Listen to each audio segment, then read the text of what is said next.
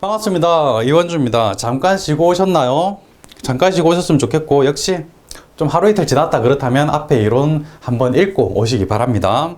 1번부터 천천히 보겠습니다. 다음 중 재고자산으로 분류되는 것은 재고자산 1번 부동산 매매업자가 판매를 위해 보유하고 있으면 토지라 하더라도 재고자산입니다. 1번 바로 답이네요.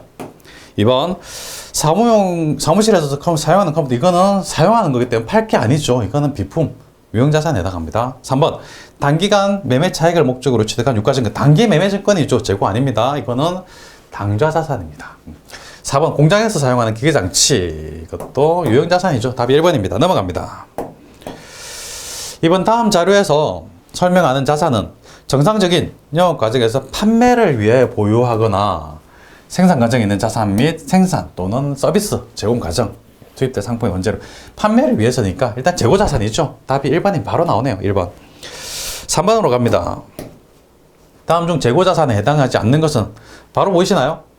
상품 제품은 무조건 재고자산이죠. 제공품도 일종의 재고자산, 제조 중에 있는 거죠. 기계장치는 유형자산입니다. 너무 쉽네요. 4번으로 가겠습니다. 다음 중 재고자산에 해당되는 것으로 올바르게 묶은 것은 사용하는 컴퓨터에 팔 게 아니죠. 이건 아니겠죠. 뭐 유형자산인데 모른다 하더라도 재고자산 아니다. A는 아니다. A, X.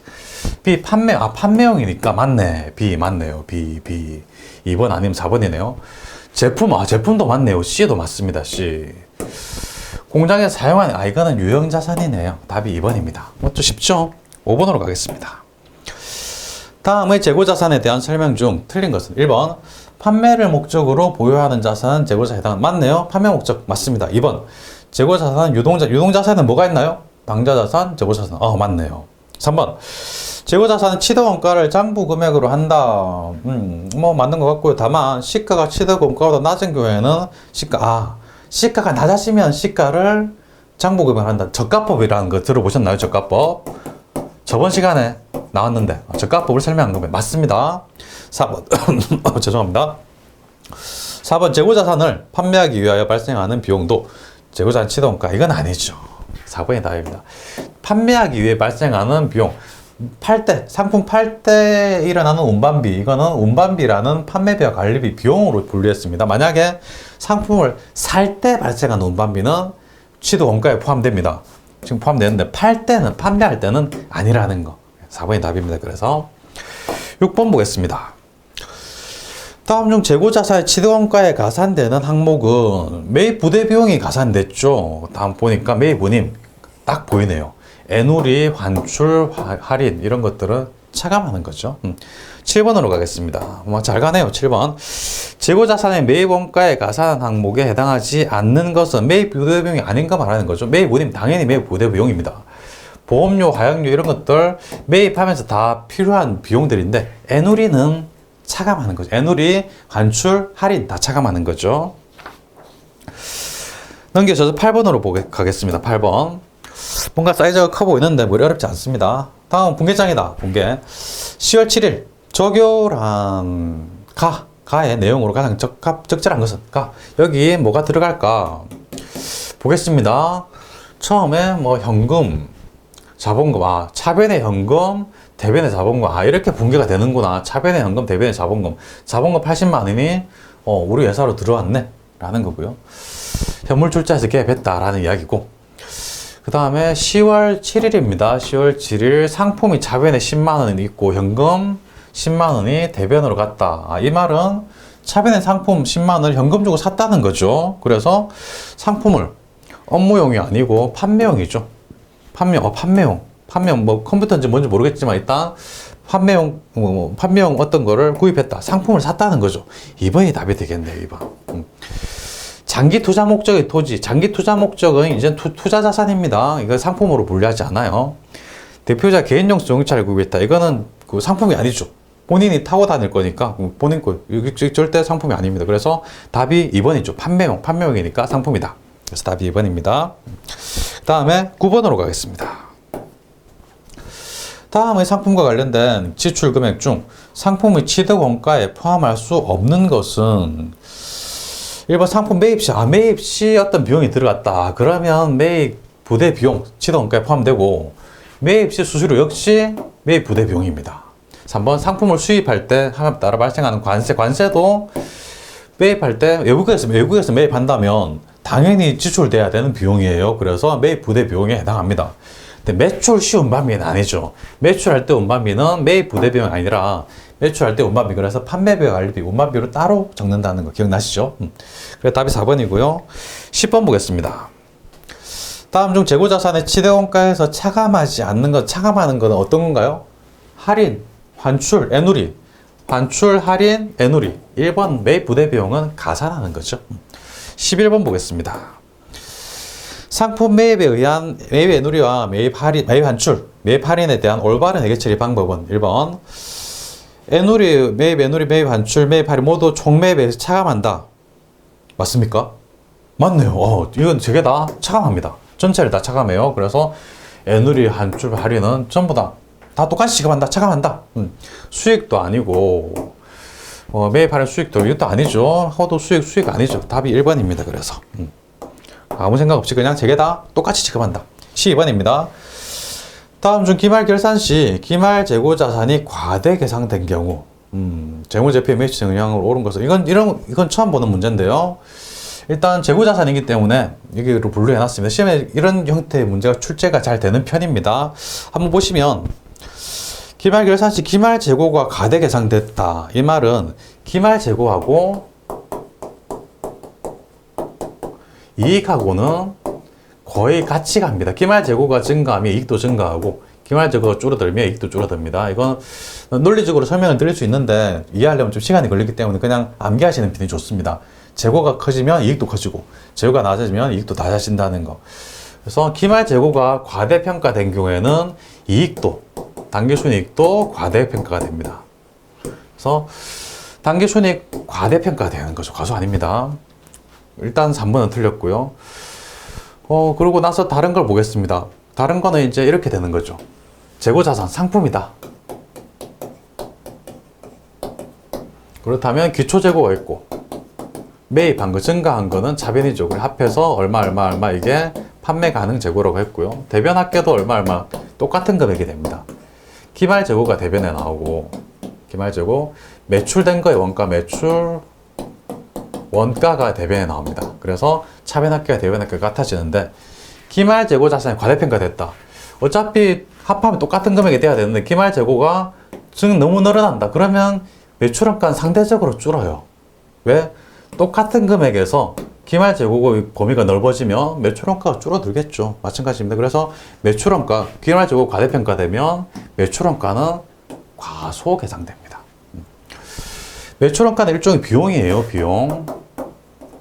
비용이 과소 계상되면 당기순이익, 비용이 매출원가 과소 계상되면 매출총이익 과대 계상됩니다.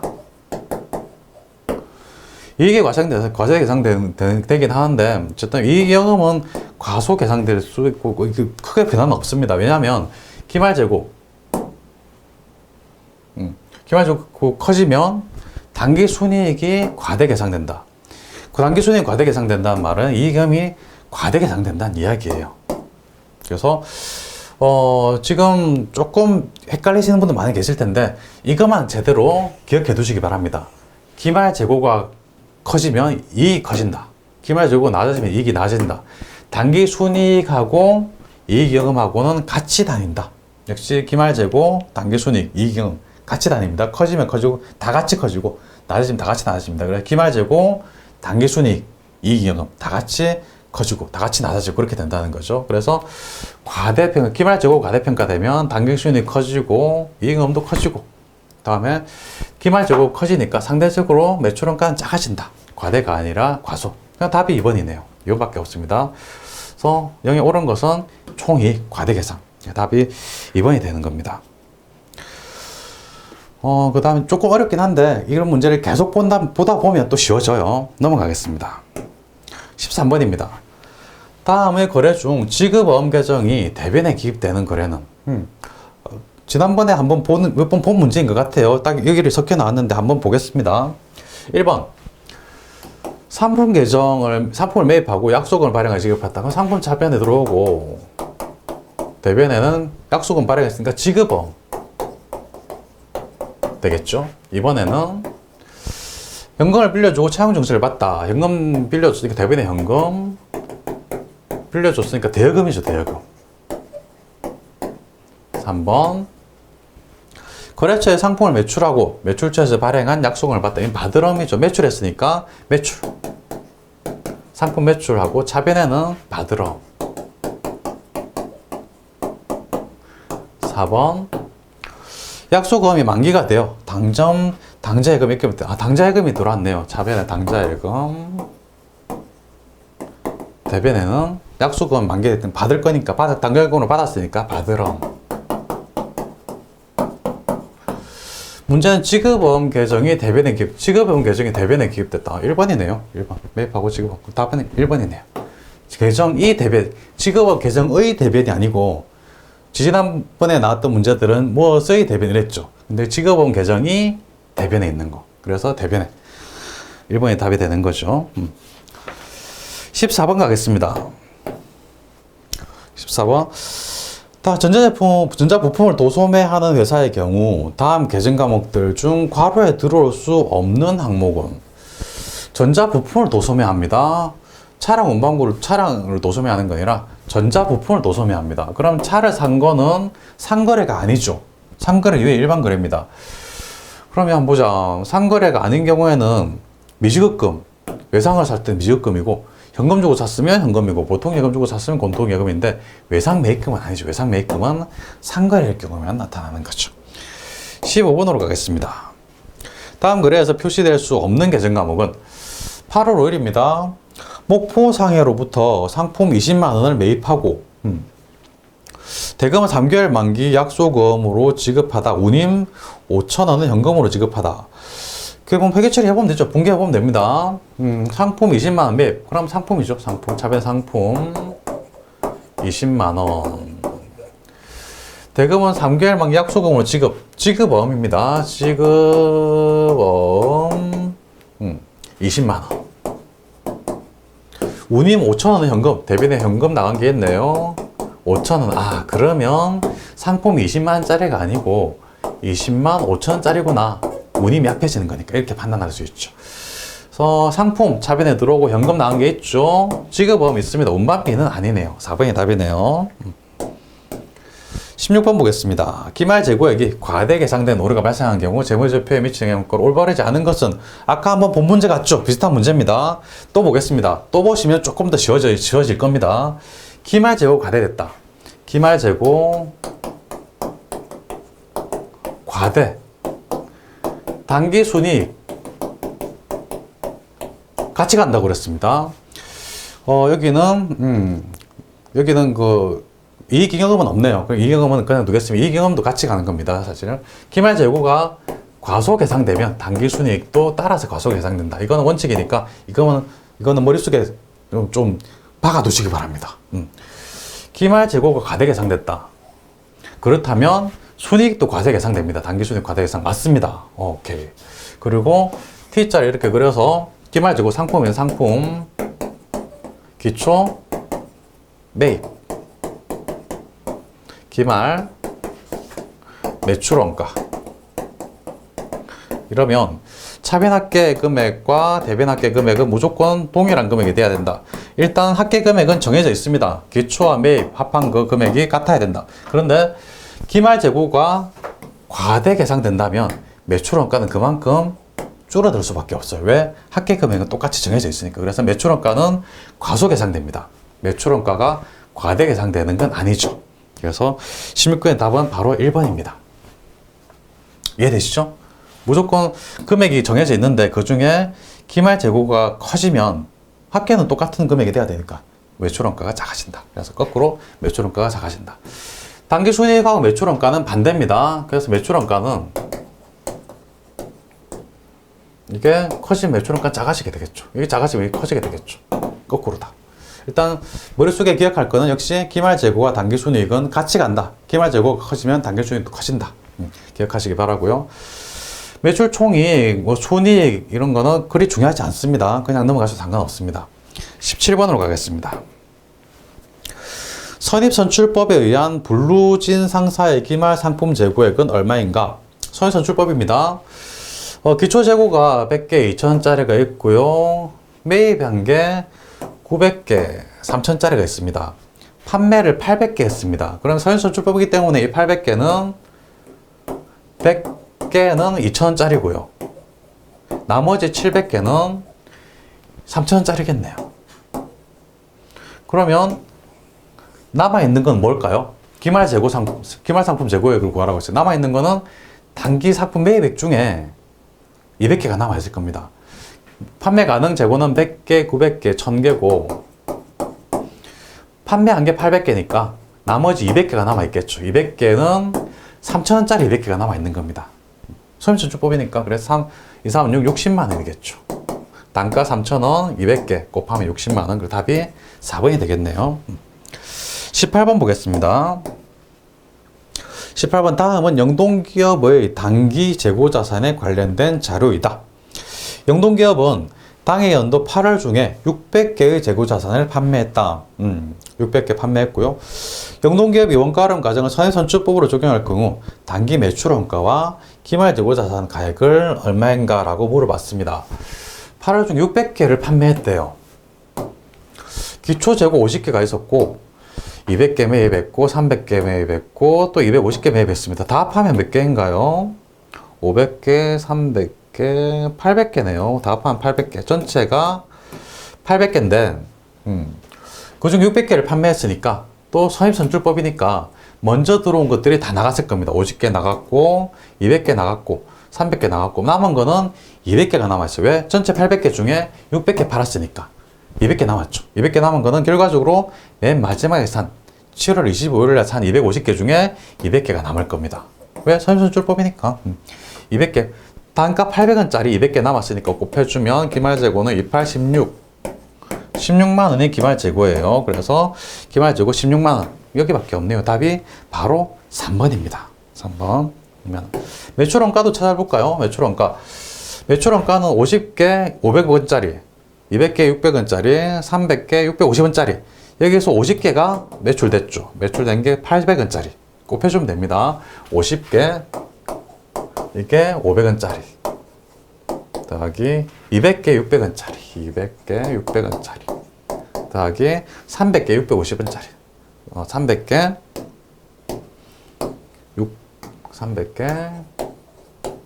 650원짜리 그 다음에 마지막으로 50개 더하기 50개 곱하기 800원짜리 이거 다 곱해서 더하면 38만원 나와요. 그러니까 쉬운 것부터 찾으면 바로 답이 잡히니까 쉽게 가시기 바랍니다. 18번까지 했고요. 19번 보겠습니다. 다음 자료에서 기초상품 재고액은 얼마인가 보죠. 단기 매입이익이 있고 기말상품 재고액이 있고 매출 총이익이 있고 단기 매출액. 그렇다면 우리 T 계정을 이렇게 그려보면 기초상품 재고 상품 T 계정 다른 말로 종계정 원장 기초는 차변에 있습니다. 기초 상품 재고액 그 다음에 단기 매입액 증가니까 차변에 있죠. 매입액 나와 있네요. 30만 원. 그 다음에 기말 상품 재고액은 대변에 있죠. 기말은 7만원. 나머지는 매출 원가입니다. 이 위치 잘 기억해 두시기 바랍니다. 기초 매입, 매출 원가, 기말 합하면 차변과 대변은 동일한 금액이 돼야 됩니다. 우리가 아직 사용하지 않은 정보가 이겁니다. 단기 매출액하고 매출 총이익입니다. 매출액에서 매출 총이익을 빼면 매출 원가가 돼요. 이렇게 되면 매출액에서 빼기 매출 원가 하면 매출 총이익이 돼요. 총이익. 이거는 손익계산서에서 제일 위쪽에 있는 그 항목들입니다. 매출액에서 얼마에 매출했는데 매출액이 뭐 120원에 매출했는데 이게 원가는 100원짜리더라. 그러면 매출 총이익이 20원이다. 이렇게 표시가 되는 거죠. 예를 들면 그렇습니다. 100원짜리를 120원에 팔았으니까 매출 총이익이 20원이네. 이렇게 계산이 되는 건데요. 여기서는 계산해 보니까 매출액이 60만 원이다. 그리고 매출 총이익이 25만 원이네. 그렇다면 매출 원가가 얼마냐? 60만원에서 뭘 빼주니까 매출 총익이 되더라. 얼마를 빼줄까요? 35만원을 빼주면 되겠죠. 그래서 매출 원가는 35만원입니다. 그럼 대변 합계는 22만원이죠. 차변 합계도 22만원이 돼야 됩니다. 그러면 합계 죄송합니다. 35만원 더하기 7만원은 22만원이고 42만원이네. 42만원. 합계 암시 이렇게 암산을 잘못합니다. 42만원이 됩니다. 그러면 기초가 12만원이 되는 거죠. 12만원 더하기 30만원 42만원. 역시 암산을 계속 하다 보면 실수가 나오기 마련입니다. 실제 시험에서는 계산기를 두드려 보시기 바랍니다. 그래서 기초 재고는 12만원. 답이 1번이죠. 잘 모르는 내용들이 한꺼번에 나와가지고 정신이 없을 거라 생각합니다. 잠깐 정리하겠습니다. 이렇게 풀었는데 잠깐 정리하면 다시 보시면 역시 핵심 내용은 총계적 원장입니다. 상품의 총계적 원장. 기억하시기 바랍니다. 여기 어딘가에 써놓기든지 아니면 19번 밑에 정답이 예설에 있죠. 예설에 여기 총계적 원장, 상품 총계적 원장이 있는데 그대로 그건 암기하시는 게 좋습니다. 기초, 차변에, 그리고 매입, 대변에는 기말, 그 다음에 매출원가. 이렇게 해가지고 합계 금액은 동일한 금액이 된다. 차변 합계 대변가 동일하다. 문제에서 주어진 정보는 기말 상품 재고액 주어졌고요. 단기 매입액 주어졌습니다. 기초 상품 재고액을 구해라고 합니다. 이걸 X로 구해라고 합니다. 그렇다면 매출원가를 구하면 기초 재고도 구해지겠죠. 매출원가는 뭐냐? 매출액 빼기 매출원가 하면 매출 총이익이 나온다. 매출 총이익 25만원. 매출액은 60만원. 그렇다면 매출원가는 35만원이겠네. 60만원 빼기 35만원 하면 25만원 나오죠. 그러니까 60만원 빼기 25만원 해도 35만원 나옵니다. 그러니까 매출원가를 구했으니까 기초 재고를 구할 수 있겠네 라고 역산해 나가는 겁니다. 처음 보실 때는 어렵습니다. 물론 어려워요. 근데 천천히 여러 번 풀어보시기 바랍니다. 한번 풀어보고 또 기출문제 풀 때 또 풀어볼 거고 뒤에 또 비슷한 문제 나올 겁니다. 걱정하지 마시기 바랍니다. 20번으로 가겠습니다. 주 서울의 12월 매입과 매출 자료이다. 선입선출법에 의한 12월 말 재고자산과 매출원가는 얼마인가? 선입선출법입니다. 12월 말 재고자산 매출원가. 월초 재고 있고 매입이 있고 매출이 있고 또 매입이 있습니다. 매출은 한 번밖에 없네요. 선입선출법이니까 150개가 팔렸는데 이거는 월초 재고 100개 이게 다 나갔죠. 마이너스 100개. 그리고 12월 10일에 산 것 중에 50개가 나갔을 겁니다. 그렇다면 기말까지 남아있는 건 어떤 걸까요? 이거죠. 12월 27일에 산 100개 하고 그 다음에 12월 10일에 산 거 200개 빼기 150개 하면 150개 150개 400원짜리 이만큼이 기말까지 남아있는 겁니다. 150개 곱하기 400원 하면 150 곱하기 400원 하면 6만원이고요. 100개 500원 하면 이거는 5만원이네요. 합하면 11만원이 기말에 남아있을 겁니다. 그래서 기말 재고는 11만원 바로 1번이 답이네요. 매출원가는 이거죠. 그러니까 100개 300원, 이건 3만원이고 그래서 150개 400원 150개가 아니고 50개네. 50개 400원 하면 2만원. 그래서 합해서 5만원 답이 되겠네. 그래서 1번이 답이 되는 거죠. 천천히 보시면 누구나 볼 수 있습니다. 너무 급하게 보지 마시고 천천히 선출법이니까 먼저 들어온 게 먼저 나겠지라고 천천히 보시면 누구나 볼 수 있습니다. 여기까지 하고 잠시 쉬었다가 바로 21번 들어오시기 바랍니다. 이번 시간 여기까지 하고 바로 조금만 쉬었다가 5분만 쉬고 바로 다음 강의 들어오시기 바랍니다. 여기까지 하겠습니다.